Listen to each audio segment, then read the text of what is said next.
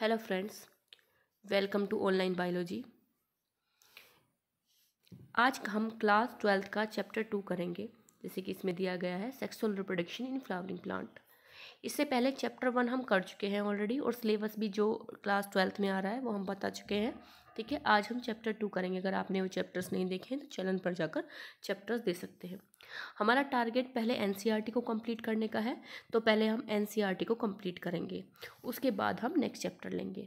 ठीक है, तो sexual reproduction in flowering plant में जो है उसमें क्या करेंगे, उसमें हम पहले करेंगे फ्लावर के बारे में जानेंगे। हम जानेंगे फ्लावर के बारे में। तो यहाँ आपको दिख रहा होगा फ्लावर के बारे में जानेंगे। फ्लावर क्या है? एक फैसिनेटिंग ऑर्गन है। ठीक है, एंजियोस्पर्म्स में। अब इसमें हम जानेंगे कि प्री फर्टिलाइजेशन इवेंट्स क्या होते हैं। देखो, हमने चैप्टर 1 में भी करे थे प्री फर्टिलाइजेशन इवेंट्स। ठीक है, फर्टिलाइजेशन इवेंट्स और पोस्ट फर्टिलाइजेशन इवेंट्स यहाँ पर भी हम देखेंगे, लेकिन यहाँ पर सिर्फ हम किसके केस में देखेंगे? यहाँ पर हम सिर्फ प्लांट के केस में देखेंगे। ठीक है, और फिर उसके बाद स्ट्रक्चर और इवेंट्स देखेंगे। इसमें डबल फर्टिलाइजेशन देखेंगे। पोस्ट फर्टिलाइजेशन में हम क्या देखेंगे? स्ट्रक्चर देखेंगे। ठीक है, एपोमिक्सिस और फोली एम्ब्रियोनी देखेंगे। ठीक है, तो ये सब हम देखेंगे इसमें। तो जब आप प्लांट्स को देखते हो तो बहुत ही फैसिनेटिंग लगता है, बहुत सुंदर लगते हैं फ्लावर्स। ठीक है, फ्लावर्स देखने में अट्रैक्ट भी करते हैं हमको फ्लावर्स। ठीक है, तो फ्लावर एक्चुअली भी होता क्या है। ठीक है, तो नेक्स्ट हम देखेंगे कि फ्लावर क्या होता है, फ्लावर एंजियोस्पर्म में क्या होता है। तो देखो, यहाँ पे फ्लावर का एक स्ट्रक्चर दिखाया हुआ है, फ्लावर का स्ट्रक्चर। ठीक है, तो यहाँ पर देखो फ्लावर का स्ट्रक्चर दिखाया हुआ है। यहाँ पे फ्लावर में आप देख पा रहे हो कि ये जो है फीमेल पार्ट है, इसको हम बोलते हैं पिस्टल। ठीक है, और जिन फ्लावर्स में सिर्फ पिस्टल होता है उसे पिस्टलेट्स बोलते हैं, और ये है इसका मेल पार्ट। ठीक है, जिसे हम बोलते हैं स्टेमन। और जिन में सिर्फ और सिर्फ मेल पार्ट होता है उसे हम बोलते हैं स्टेमिनेट्स। ठीक है, अब देखो यहाँ पर दिख रहा होगा इसका छोटा सा पार्ट। ठीक है, तो ये जो है इसके एंथर होते हैं और ये फिलामेंट होता है। ऐसे ही इसमें ये स्टिग्मा होता है ऊपर वाला पार्ट। ये जो लॉन्ग ट्यूब लाइक स्ट्रक्चर है ये स्टाइल होती है, और लास्ट में ये जो है ओवरी, इसमें ओव्यूल होते हैं। तो ये जो है बाइसेक्सुअल फ्लावर का दिया हुआ है, जिसमें दोनों सेक्सेस प्रेजेंट होते हैं। ठीक है, उसका एलएस सेक्शन दिया हुआ है। तो नेक्स्ट करेंगे हम। ठीक है, प्री फर्टिलाइजेशन इवेंट्स क्या होंगे? प्री फर्टिलाइजेशन इवेंट्स में मेनली कि ये जो है वो कैसे फॉर्म होते हैं, ये कैसे फॉर्म होते हैं ये हम देखेंगे। ठीक है, ये जो ऊपर आ रहा है इसे आप ध्यान मत दीजिएगा, क्योंकि मैंने जहाँ से डाउनलोड करी है ये बुक उसमें पहले से ही बार बार फ्लैश हो रहा था, तो इस वजह से फ्लैश हो रहा है। तो ignore it through out the video. तो आप यहाँ पर देखोगे कि मेल जो पार्ट है उसका दिया हुआ है। ये ऊपर का जो पार्ट होता है एंथर होता है, और इसमें देखो डबल स्ट्रक्चर दिया हुआ है। इसका मतलब ये बाइलोब्ड होता है। ठीक है, बाइलोब्ड होता है, ये बाइलोब्ड होता है, और अंदर से थीका होता है इसके अंदर, यानी कि डाइथिकस होता है और बाइलोब्ड होता है। तो इसलिए इसमें 4 स्पोरेंजियोफोर बन जाते हैं। ठीक है, 4 स्पोरेंजियोफोर बन जाते हैं इसके अंदर। यहाँ पे 4 लोब्ड इस तरह से होता है। ये देखो, ये इस तरह से जो है 4 लोब्ड स्ट्रक्चर इसके बन जाते हैं। ठीक है, क्योंकि जो एक है स्ट्रक्चर ये वाला दिया हुआ है एक स्ट्रक्चर। ठीक है, और जो थिका इसमें बीच में डेवलप होता है ये डाइथिकस स्ट्रक्चर होता है। ठीक है, और जो ये जो है इसके अंदर पोलन्स डेवलप होते हैं। अब इसमें क्या क्या होता है, पोलन्स का स्ट्रक्चर हम पढ़ते हैं नेक्स्ट में।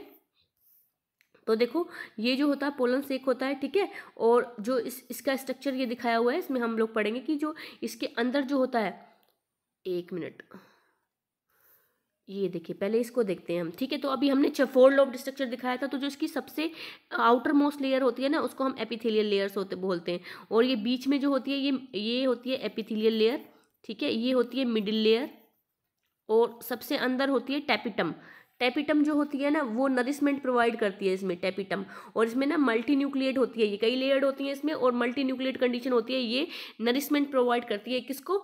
जो मदर सेल्स होते हैं, स्पोर्स मदर सेल्स होते हैं उनको। ठीक है, तो जो इसमें स्पोरोजेनियस टिश्यूज प्रेजेंट होते हैं। ठीक है, ये जो है स्पोरोजेनियस सेल्स जो है ये मियोसिस के अंडर जाते हैं। मियोसिस के अंडर जाते हैं तो पहले 2N होते हैं स्पोर मदर सेल्स, फिर मियोसिस के अंडर जाके ये क्या फॉर्म कर देते हैं? N।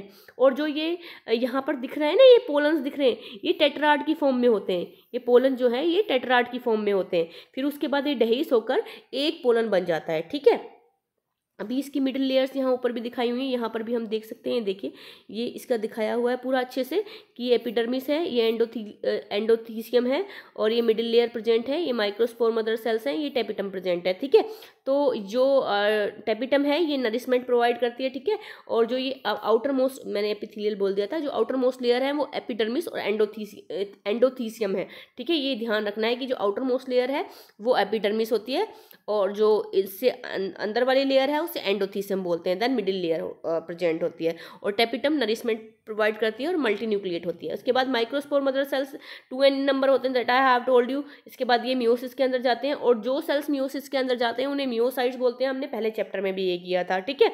उसके बाद स्पोर्स फॉर्मेशन हो गया टेट्राड की फॉर्म में। अब जब स्पोर फॉर्मेशन होता है ना तो ये कुछ प्लांट्स में तो टू सेल्ड स्टेज पर होता है। तो इसमें क्या होता है कि जो छोटा सा सेल होता है उसे जनरेटिव सेल्स बोलते हैं, जो छोटा सेल्स होता है उसे जनरेटिव सेल बोलते हैं और जो बड़ा सेल होता है उसे वेजिटेटिव सेल बोलते हैं। बाद में ये ट्यूब बनाता है, ठीक है। अब जो जनरेटिव, अब इस कंडीशन में टू सेल्ड स्टेज पर 60% ऑफ इस एंजियोस्पर्म में जो है ये 60% एंजियोस्पर्म में सेट होता है। लेकिन कुछ केसेस में जो है ये 3 सेल्ड स्टेज पर भी जो है वो सेड होता है। 3 सेल्ड स्टेज पर जब ये सेड होगा, देखो यहाँ पे पोलन्स का स्ट्रक्चर दिखाया हुआ है, ठीक है। ये पोलन्स दिखाए हुए हैं डिफरेंट टाइप के। जब 3 सेल्ड स्टेज पर ये सेड होगा तो उसमें क्या होगा कि पहले वेजिटेटिव, यहाँ पर जैसे ये वेजिटेटिव सेल्स था और यहाँ पे जनरेटिव, तो ये भी 2 में डिवाइड हो जाता है और इसमें मेल न्यूक्लियाई बन जाते हैं ये 2, ठीक है। तो ये 3 सेल्ड स्टेज होती है। 40% ऑफ एंजियोस्पर्म में 3 सेल्ड स्टेज पर। अब ये पोलन होता कैसा है, तो देखो इसकी जो आउटर मोस्ट लेयर होती है उसको बोलते हैं एक्साइन, ठीक है। और ये बहुत टफ सब्सटेंस स्पोरोपोलिन से बनी होती है, तो बहुत रजिस्टर होती है ये, और इससे कोई भी ऑर्गेनिक मटेरियल से रजिस्टर होती है ये, और इससे कोई भी high temperature strong acid alkali कोई नहीं ब्रेक कर सकता। तो आप बोलोगे कि जर्मिनेशन कैसे करता है, ये जिस जगह से ब्रेक होती है ना स्पोरोपोलिन, जहाँ पे पोर प्रेजेंट होते हैं सिर्फ वहाँ से, तो पहली लेयर होगी इसकी स्पोरोपोलिन, दूसरी जो अंदर वाली जो लेयर है इसकी, ठीक है, उसको वो इनर वाली जो लेयर होती है वो उसकी सेलुलोज से बनी होती है, ठीक है। सेलुलोज से बनी होती है और पैक्टिन से बनी होती है, ठीक है। और इसकी जो आउटर मोस्ट लेयर है, इसी की इतने स्ट्रॉन्ग होने की वजह से जो पोलन होते हैं ना बहुत टाइम तक वाइबल होते हैं, ठीक है। तो ये था कि किस तरह से ये जो स्पोर और मेल गेमिट फॉर्म होता है। तो यहाँ पर आप देख सकते हो कि किस तरह से ये जो है न्यूक्लियस है, ये न्यूक्लियस है और यहाँ पे स्पिंडल फॉर्मेशन होकर 2 सेल्स बन गए, वेजिटेटिव सेल्स और जनरेटिव सेल्स। तो ये एक्साइन मैंने बता दी थी, इनर मोस्ट लेयर है इंटाइन, ठीक है। और ये मैंने बता दी थी ये सेलुलोज और पैक्टिन से बनी होती है, ठीक है। तो जनरेटिव और वेजिटेटिव सेल्स यहाँ पे बन गए। कुछ बता दिया था मैंने कि 60% केसेस में ये इसी स्टेज पर जो है सेड होते हैं, ठीक है। और 40% पे जो था वो मैंने बता दिया था, देखो यहाँ पे दिया भी हुआ है इसमें एनसीईआरटी में, जो एनसीईआरटी में दिया है वही कोट करेंगे। 60% पे जो है 2 सेल्ड पे, और जो 40% होते हैं 2 सेल्ड स्टेज पे, और जो 40% रहते हैं रिमेनिंग स्पीसीज के वो 3 सेल्ड स्टेज पे, ठीक है, सेट होते हैं। तो ये जनरेटिव सेल जो है 2 मेल न्यूक्लियाई में जो है डिवाइड हो जाता है, ठीक है। और जो जैसे कि कुछ जो पोलन्स होते हैं वो अस्थमा वगैरह भी हमें जो है अस्थमा वगैरह भी, ब्रोंकाइटिस वगैरह भी ये भी हो सकते हैं इसकी वजह से। और एक पार्थेनियम होती है, इसे कैरेट ग्रास भी बोलते हैं, तो इससे भी बहुत ज़्यादा एलर्जी कोज होती है। और ये कैसे आई पार्थेनियम ग्रास इंडिया में कैसे आई, तो जब वीट को हमने इंपोर्ट किया था तो वीट के साथ ही आ गई। जैसे अभी हमने पहले चैप्टर में पढ़ा था ना इकोर्निया के बारे में, कि हमने उसकी सुंदरता के कारण उसको क्या किया था, इम्पोर्ट किया था, फिर बाद में वो क्या बन गया, टेरर ऑफ बंगाल बन गया, ठीक है। वाटर हाइसिंथ के बारे में इकोर्निया मैंने बताया था ना। तो ऐसे ही पार्थेनियम भी क्या हुआ कि हमने वीट इंपोर्ट किया, उसके साथ ये मिक्स होकर आ गई, और फिर उसके बाद इसके पोलन ने क्या है एलर्जी रिएक्शन जो है स्टार्ट कर दी। अब जो कई जगह है ना पोलन, वो एज ए फूड सप्लीमेंट की तरह भी यूज होता है, क्योंकि इसमें बहुत सारे जो है फूड के जो है मटेरियल प्रेजेंट होते हैं, ठीक है। तो कहीं पोलन फूड सप्लीमेंट की तरह भी प्रेजेंट होता है और उसकी कैप्सूल्स भी लिए जाते हैं, ठीक है, इसके पोलन के, ठीक है। तो ये था कि कैसे हमारा जो है अब तक का कि जो मेल स्पोरेंजियम है, मेल न्यूक्लियस है, मेल गैमिट है, कैसे फॉर्म हुआ, ठीक है। अब हम पढ़ेंगे कि फीमेल गैमिट जो है वो कैसे फॉर्म हुआ। तो देखो अभी मैंने आपको फ्लावर का स्ट्रक्चर दिखाया था, उसमें स्टिग्मा दिखाया था। तो यहाँ पे ना ये जो है फ्यूज्ड है, बहुत सारे जो इसके वो है पिस्टल हैं वो फ्यूज्ड है। इसमें भी डिपेंड करता है कि फ्री होती है तो उसे एपोकार्पस बोलते हैं, फ्यूज होती है तो उसे सिनकार्पस बोलते हैं, मल्टी कार्पलरी बोलते हैं अगर ज़्यादा होती है, ठीक है। और अगर सिंगल होती है तो वो मोनोकार्पलरी बोलते हैं उसको। तो इस तरह से इसका जो है पिस्टल का डिपेंड करता है। तो यहाँ पे बहुत सारे स्टिग्मा दिए हो गए हैं, उनकी स्टाइल जो है वो फ्यूज है और नीचे ओवरी दी हुई है, और उसके बाद है थैलेमस, ठीक है।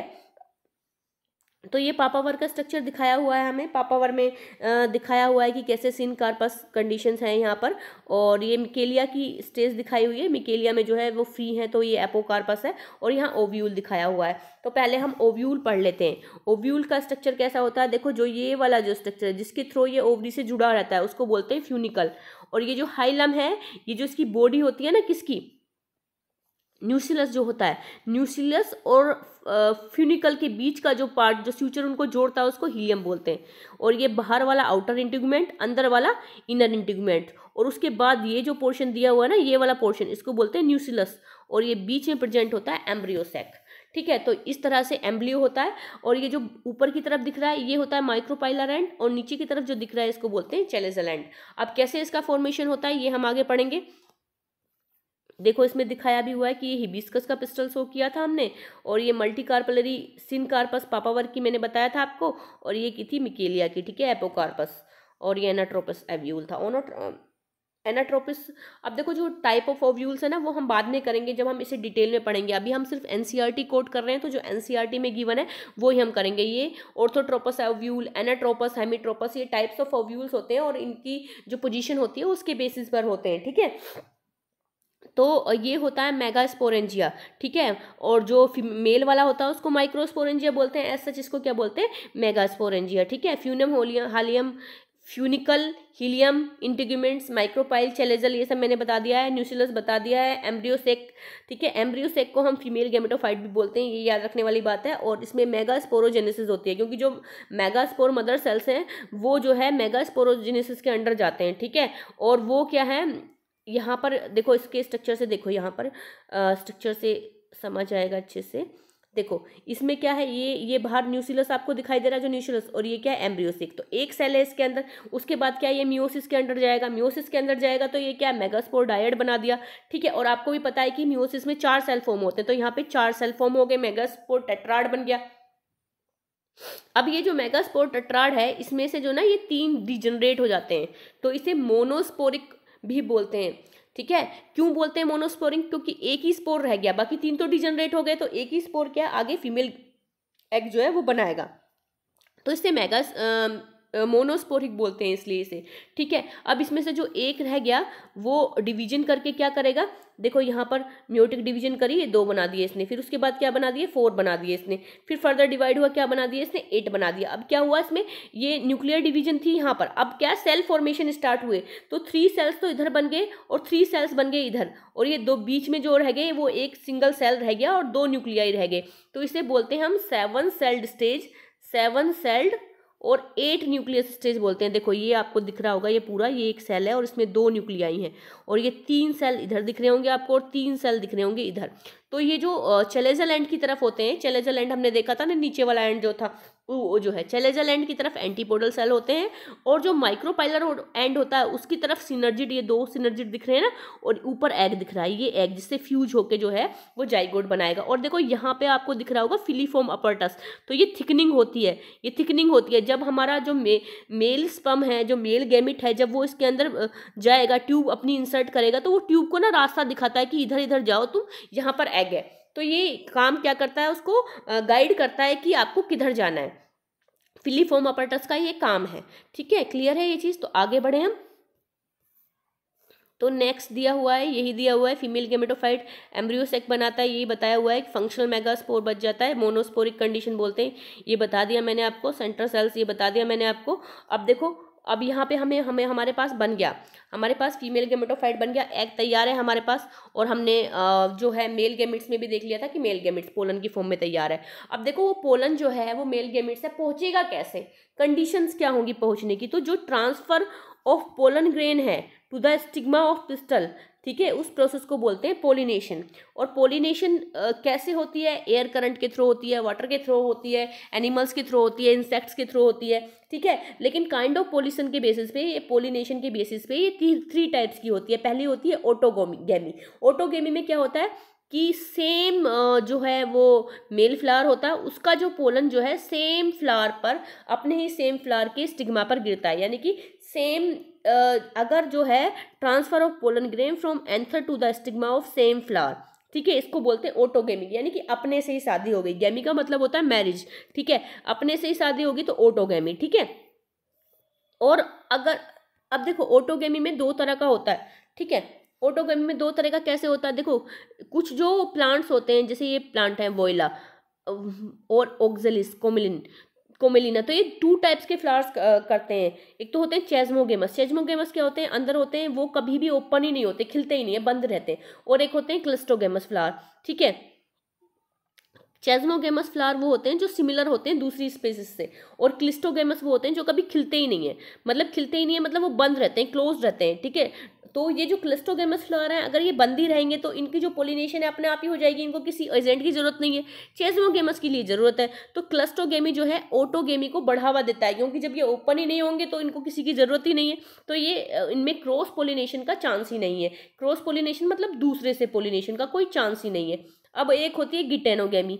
अब गिटेनोगेमी ना एक तरह से ऑटोगेमी भी है, ठीक है। ऑटोगेमी कैसे है, क्योंकि इसमें transfer of pollen grain from anther to the stigma of the another flower of same plant, यानी कि प्लांट जो है सेम रहता है, ठीक है। तो ये जो है अगर हम इसको देखें गिटेनोगेमी को, तो ये फंक्शनली तो क्रॉस पोलिनेशन है, लेकिन जेनेटिकली क्या है, ऑटोगेमी है। मतलब जेनेटिक तो उसका सेम रहेगा, लेकिन फंक्शनली हम देख रहे हैं तो सेम फ्लावर पे तो नहीं कर रहा ना, दूसरे फ्लावर पे जाके पोलिनेशन कर रहा है, तो इसलिए इसको बोलते हैं गिटेनोगेमी। तो ये ध्यान रखनी है, सेम प्लांट होगा, सिर्फ फ्लावर डिफरेंट होगा। जीनोगेमी में क्या होगा कि प्लांट भी दूसरा होगा, मतलब दूसरे प्लांट पर जाके, यानी कि transfer of pollen grain from anther to the stigma of the different plant, ठीक है। अब एजेंट क्या होंगे, that I have told you earlier कि भाई बायोटिक फैक्टर होंगे या तो एबायोटिक फैक्टर होंगे। एयर के थ्रू होता है, जैसे कॉर्न कोब है, आपने खाया भी होगा, ठीक है, उसके टसल्स निकले होते हैं नीचे फीमेल्स के, और वो कैच कर लेती है पोलन्स को, एयर करंट के थ्रू होता है। तो जो वाटर के थ्रू, ऐसे ही वाटर के थ्रू भी होता है, लेकिन ग्रासेस में और कॉर्न कोब में जो पोलिनेशन होता है वो जो होता है वो एयर के थ्रू होता है, और वाटर पोलिनेशन जो है वो वेलेस्नेरिया और हाइड्रेला में होता है, ठीक है। कुछ सी ग्रासेस भी हैं जैसे कि जूस्टेरा, इसमें भी होता है, ठीक है। अब देखो जो वेलेस्नेरिया में क्या होता है कि वेलेस्नेरिया का जो फ्लावर है वो पानी से ऊपर खिलता है, ठीक है, और यहाँ पर जो उसके होते हैं पोलन्स होते हैं वो यहाँ पर वाटर करंट के साथ ऊपर आ जाते हैं और इसके स्टिग्मा पे आ जाते हैं। इस तरह से इनमें पोलिनेशन होता है वेलिस्नेरिया में।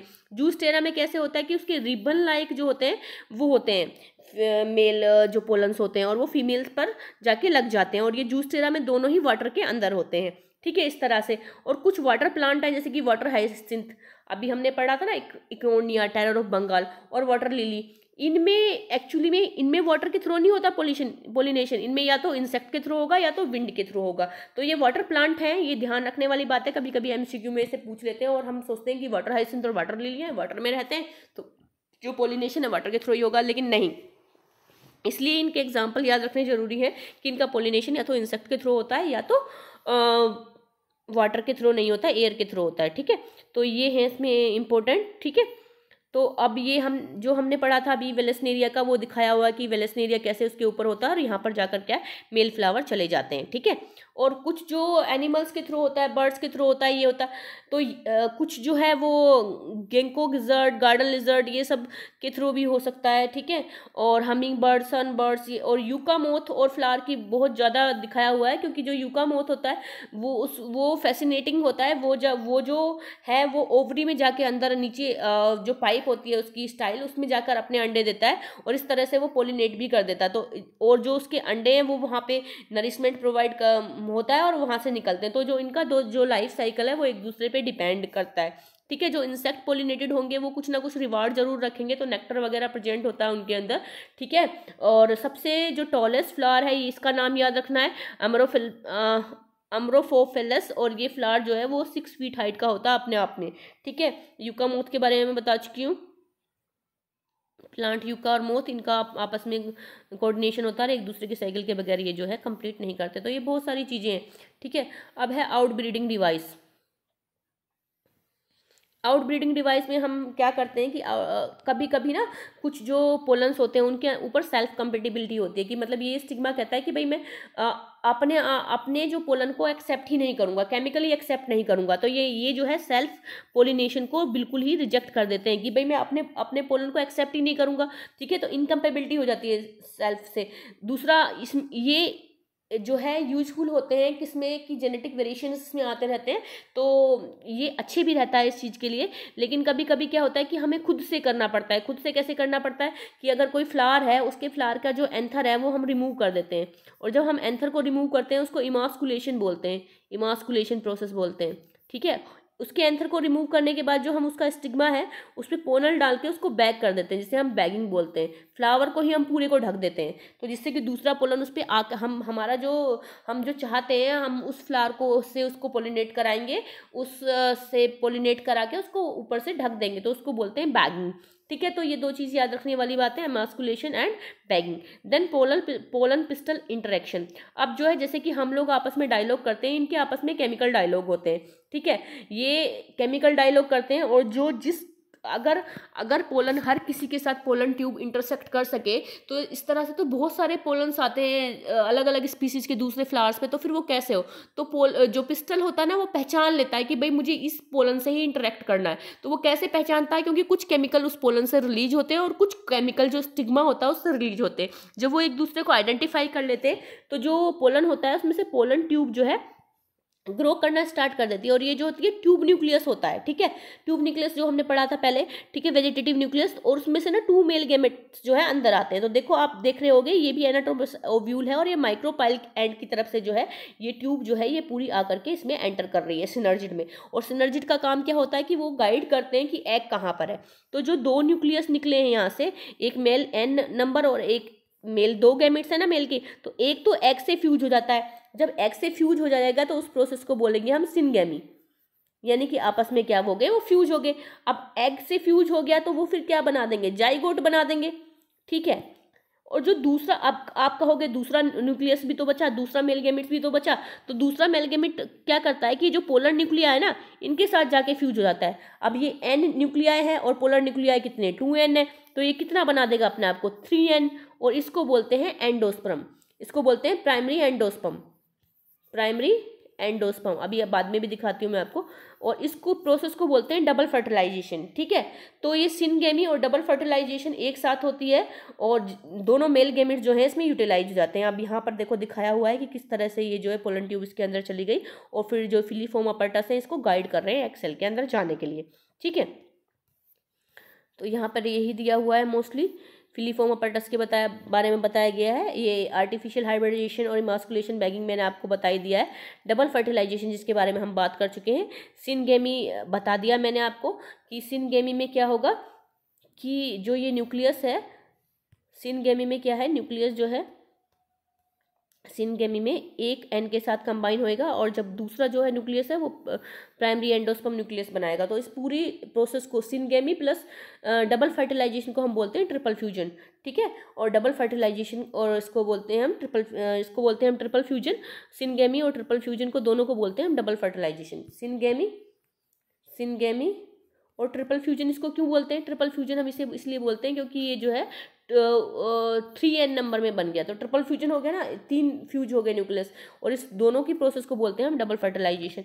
अब इसमें क्या होता है, प्राइमरी एंडोस्पर्म सेल बन जाता है, ठीक है, और फिर एंडोस्पर्म में कन्वर्ट हो जाता है वो, और जो जाइगोट है वो किस में कन्वर्ट हो जाता है, एम्ब्रियो में। अब एम्ब्रियो कैसे कन्वर्ट होता है, लेट्स सी। जहाँ से हम देखेंगे, देखो ये डिजेनरेटिक सिनर्जिड्स हैं, सिनर्जिड्स जो है डिजेनरेट होने शुरू हो गए, और ये जाइगोट जो है वो स्टार्ट हो गया बनना, ठीक है। यहाँ पे एंडोस्पर्म है, एंडोस्पर्म भी क्या होता है, डिवाइड होना शुरू हो जाता है। अब पहले इसके बारे में पढ़ लेते हैं कि जाइगोट कैसे होता है, फिर उसके बाद हम एंडोस्पर्म के बारे में पढ़ेंगे। तो देखो जाइगोट पहले डिवाइड होता है 1 सेल में, फिर 2 सेल में, फिर ये ग्लोबुलर एम्ब्रियो बना लेता है, यहाँ पे दिख रहा होगा आपको ग्लोबुलर एम्ब्रियो। फिर उसके बाद वो हार्ट शेप्ड एम्ब्रियो में कन्वर्ट हो जाता है, और उसके बाद वो प्रो एम्ब्रियो बनाने के बाद मैच्योर एम्ब्रियो में कन्वर्ट हो जाता है। तो आप यहाँ देखोगे कि ये कोटिलिडन है, ये डाइकोट्स का दिखाया हुआ है कि डाइकोट कैसे है, मोनोकोट का भी अभी दिखाएंगे आपको। डाइकोट का दिखाया हुआ है, 2 कोटिलिडन्स बन गए, ठीक है। और यहाँ पे क्या है, एपिकोटाइल होता है, ठीक है, और नीचे क्या होता है, हाइपोकटाइल। हाइपोकटाइल में से रेडिकल भी बोलते हैं इसको। हाइपोकटाइल के पास रेडिकल होती है जिसमें से रूट निकलती है, और एपिकोटाइल में से क्या निकलता है, स्टेम निकलता है। तो इस तरह से होता है। तो ये तो बन गया कि जाइगोट से एम्ब्रियो डेवलप हो गया, ठीक है। अब जाइगोट से एम्ब्रियो डेवलप हो गया, अब इस एंडोस्पर्म का क्या होगा, एंडोस्पर्म भी क्या होना स्टार्ट होता है, डिवाइड होना स्टार्ट हो जाता है। कोई सेल फॉर्मेशन नहीं होती, तो इसको बोलते हैं फ्री न्यूक्लियर डिवीजन। क्या बोलते हैं इसको, फ्री न्यूक्लियर डिवीजन, और जब ये सेल्स में सेल्स ये न्यूक्लियस बना, फिर उसके बाद सेल फॉर्मेशन स्टार्ट होती है, ठीक है। तो उसके बाद जो ये एंडोस्पर्म है, जैसे कि आपने नारियल का पानी देखा होगा, तो नारियल का पानी पिया भी होगा, तो एक्चुअली में वो क्या है, वो एंडोस्पर्म है, ठीक है। अब कुछ में एंडोस्पर्म के बारे में बात करेंगे बाद में, पहले हाँ देख लीजिए कि पोस्ट फर्टिलाइजेशन इवेंट्स क्या होंगे। तो एंडोस्पर्म है, एंडोस्पर्म के बारे में मैंने बता दिया कैसे बनता है एंडोस्पर्म, कैसे वो अपना डेवलपमेंट करेगा, फ्री न्यूक्लियर डिवीजन के थ्रू बनता है, वो फ्री न्यूक्लियर डिवीजन के थ्रू बनता है, ठीक है वो। और फिर उसके बाद सेलुलर फॉर्मेशन होती है उसकी, ठीक है। जैसे मैंने आपको एग्जांपल बता दिया, जैसे ग्राउंड उसमें नारियल में होता है, ठीक है, कैस्टर्स में भी होता है, कैस्टर में भी बच जाता है, ठीक है। लेकिन कुछ जो सीड होती हैं, मोस्टली डाइकोट सीड जो होती हैं, जो लिग्यूमिनस प्लांट्स होते हैं, जैसे कि पी प्लांट हो गए, ग्राउंडनट, बीन्स, इनमें नहीं बचता है एंडोस्पर्म, ये इसको खत्म कर लेते हैं सीड फॉर्मेशन के टाइम से पहले ही, ठीक है। कुछ में ये बचता है सीड्स में, जैसे कि ग्रेन है, जैसे कि गेहूँ है, वीट है, राइस है, इनमें सब में एंडोस्पर्म बचता है, ठीक है। और कोकोनट में भी एंडोस्पर्म बचता है, तो एंडोस्पर्म बाद में यूटिलाइज्ड होता है, ठीक है। अब यहाँ पे देखो डाइकोट का दिया हुआ है, तो डाइकोट का मैंने कोटिलिडन पहले भी दिखा दिए थे, जो एम्ब्रियो डेवलप हुआ था, रेडिकल है, और यहाँ पे क्या है, प्लीमूल है, ठीक है। ऐसे ही यहाँ पे क्या है, एपिकोटाइल, यहाँ पे एपिकोटाइल है, और ये यहाँ पर क्या है, हाइपोकोटाइल है, ठीक है। तो इस तरह से जनरेट होती है, 2 कोटिलिडन है। अब देखो जो मोनोकोटिलिडन है वो किस तरह से होंगे, क्योंकि एंजियोस्पर्म में 2 क्लास होती है, डाइकोटिलिडनी और मोनोकोटिलिडनी। तो यहाँ पे देखो, यहाँ पे एक कोटिलिडन दिखाया हुआ है, ये सिंगल कोटिलिडन है, मोनोकोटिलिडन, ठीक है। तो जो ग्रासेस का कोटिलिडन होता है उसको स्क्यूटेलम भी बोलते हैं, ठीक है। और यहाँ पे कोलेप्टाइल है, और यहाँ पर क्या है, कोलेराइजिया है, ठीक है। और ये एपीब्लास्ट है, ये सूट एपेक्स इससे निकल रहा है, ये रेडिकल इससे निकल रही है, ठीक है। तो एम्ब्रियो की फॉर्मेशन मैंने आपको बता दी थी कि एम्ब्रियो किस तरह से फॉर्म होता है, उसमें मैंने बता दी थी कि आपको किस तरह से फॉर्म होगा, तो ये सारा इसमें बताया हुआ है। अब देखो उसके बाद क्या है, एम्ब्रियो जो डेवलप होगा वो सीड में डेवलप हो जाएगा, ठीक है। सीड में डेवलप होगा तो सीड जो है मैच्योर सीड या तो नॉन एल्ब्यूमिनस होगी और एक्स एल्ब्यूमिनस होगी या फिर एल्ब्यूमिनस होगी। एल्ब्यूमिनस वो सीड होती है जिसमें एंडोस्पर्म बचता है, और नॉन एल्ब्यूमिनस वो सीड होती है जिसमें एंडोस्पर्म नहीं बचता है, ठीक है। तो बता दिए एग्जाम्पल मैंने आपको बता दिए थे कि किस किस में नहीं बचता है, ठीक है। कुछ में ना देखो, ये एम्ब्रियो सैक था, उसके ऊपर न्यूक्लियस था, तो कहीं कहीं पे ना न्यूक्लियस बिल्कुल खत्म हो जाता है, न्यूक्लियस बचता ही नहीं, लेकिन कहीं कहीं पे ना वो थोड़ा सा बचता है, परसिस्टेंट रहता है, ठीक है, रेसिडुअल की फॉर्म में रहता है, ठीक है। और उसको बोलते हैं पेरिस्पर्म। अब देखो पेरिकार्प से इसे कंफ्यूज मत करना, pericarp is a different word, वो उसकी आउटर लाइनिंग होती है फ्रूट की, और ये है जो है सीड की आउटर लाइनिंग फ्रूट की आउटर लाइनिंग होती है पेरिकार्प, और ये होती है पेरिस्पर्म। पेरिस्पर्म किसको बोलते हैं, जो रेजिडुअल और परसिस्टेंट न्यूक्लियस बचा होता है ना, उसको पेरिस्पर्म बोलते हैं। और एग्जाम्पल किस किस में बचा होता है, ब्लैक पेपर और बीट में बचा होता है, तो ये एग्जाम्पल भी याद रखने हैं, ठीक है। तो परसिस्टेंट न्यूक्लियस जो बचा होता है रेजिडुअल इन द सीड्स, तो उस सीड में उसको क्या बोलेंगे, पेरिस्पर्म बोलेंगे, ठीक है, क्लियर है। तो यही है। अब सीड क्या करती हैं कि कितने टाइम के लिए वाइबल रहती हैं, तो जो उनके वाइबिलिटी का टाइम होता है, जैसे कि सीड बनने से लेकर के सीड ग्रो होने तक का जो टाइम होता है उसको डोरमेंसी पीरियड कहते हैं, उस समय पे वो इनएक्टिव रहती है लेकिन वाइबल होती है, जैसे ही उसको हम कंडीशन प्रोवाइड करते हैं वो ग्रो हो जाती है। अच्छा, पेरिकार्प मैंने बता दिया, जो वॉल ऑफ ओवरी होती है और फ्रूट की वॉल में डेवलप हो जाती है उसे पेरिकार्प बोलते हैं। और पेरिकार्प किसी किसी में फिर से जो है एपिकार्प, मीजोकार्प और एंडोकार्प में डेवलप हो जाती है, जैसे कि मैंगो है उसकी सबसे ऊपर वाली लेयर को epicarp, then mesocarp and then endocarp बोलते हैं, ठीक है। तो पेरिकार्प जो होती है एक्चुअली में वॉल ऑफ ओवरी होती है, ठीक है। अलग अलग फ्रूट्स में अलग अलग देखने को मिलती है, ठीक है। तो डिपेंड करता है फ्रूट्स की डेवलपमेंट पे। कुछ जो फ्रूट्स होते हैं वो ट्रू फ्रूट्स होते हैं, यानी कि वो ओवरी से डेवलप होते हैं। मैंने पिछले चैप्टर में भी बताया कि फ्रूट जो है वो ओवरी से डेवलप होंगे, लेकिन कहीं कहीं जो ओवरी के नीचे वाला स्ट्रक्चर होता है ना, थैलेमस, ठीक है, हमने देखा था थैलेमस जो है ओवरी के नीचे, तो कहीं कहीं ना जो ये थैलेमस वाला स्ट्रक्चर है ना, ये भी फ्रूट में कन्वर्ट हो जाता है। अब जब ये फ्रूट में कन्वर्ट हो जाएगा तो भाई ओवरी से बनना चाहिए फ्रूट, तो लेकिन ये थैलेमस भी फ्रूट बना रहा है, तो ये वो फ्रूट्स क्या कहलाते हैं, फॉल्स फ्रूट, यानी कि ओवरी को छोड़ के जब किसी और पार्ट से फ्रूट डेवलप हो जाए वो फॉल्स फ्रूट होता है। एग्जाम्पल इसके याद कर लीजिएगा, जैसे कि एप्पल है इसका एग्जाम्पल, स्ट्रॉबेरी है, केसू है, तो इनमें थैलेमस भी जो है कॉन्ट्रीब्यूट करता है, इसलिए इनको क्या कहते हैं, फॉल्स फ्रूट, क्योंकि हम ओवरी को ही मेनली फ्रूट मानते हैं। अब देखो ये सीड दिखाया हुआ है कि किस तरह से कोटिलिडन होते हैं, ठीक है, और ये सिंगल सीड दिखाया हुआ है कि सिंगल सीड में किस तरह से होती है। और देखो यहाँ पे एंडोस्पर्म दिखाया हुआ है सिंगल सीड में, और ये पेरिकार्प जो है भाई आउटर मोस्ट लेयर जो है इसकी फ्रूट की, ठीक है, वो दिखाई हुई है। और ये स्क्यूटेलम है, ठीक है, स्क्यूटेलम है, और ये कोलेप्टाइल है, ठीक है, ये मोनोकोटिलिडन का दिखाया हुआ है, सीड दिखाया हुआ है यहाँ पे। और यहाँ पे आप देखोगे कि ये एप्पल दिखाया हुआ है, ठीक है, और एप्पल फॉल्स फूड होता है, आप जानते हो। यहाँ पे स्ट्रॉबेरी दिखाई हुई है, ठीक है। और ये जो पार्ट पोर्शन होता है ना, ये ओवरी का पोर्शन होता है। ये जो बाकी का पोर्शन होता है ये थैलेमस होता है। थैलेमस मोस्टली ये जो है फ्रूट में कन्वर्ट हो जाता है, तो इसलिए फॉल्स फ्रूट की उसमें होता है, इसे पार्थोजेनिक। अब पार्थोजेनिक फ्रूट क्या होता है?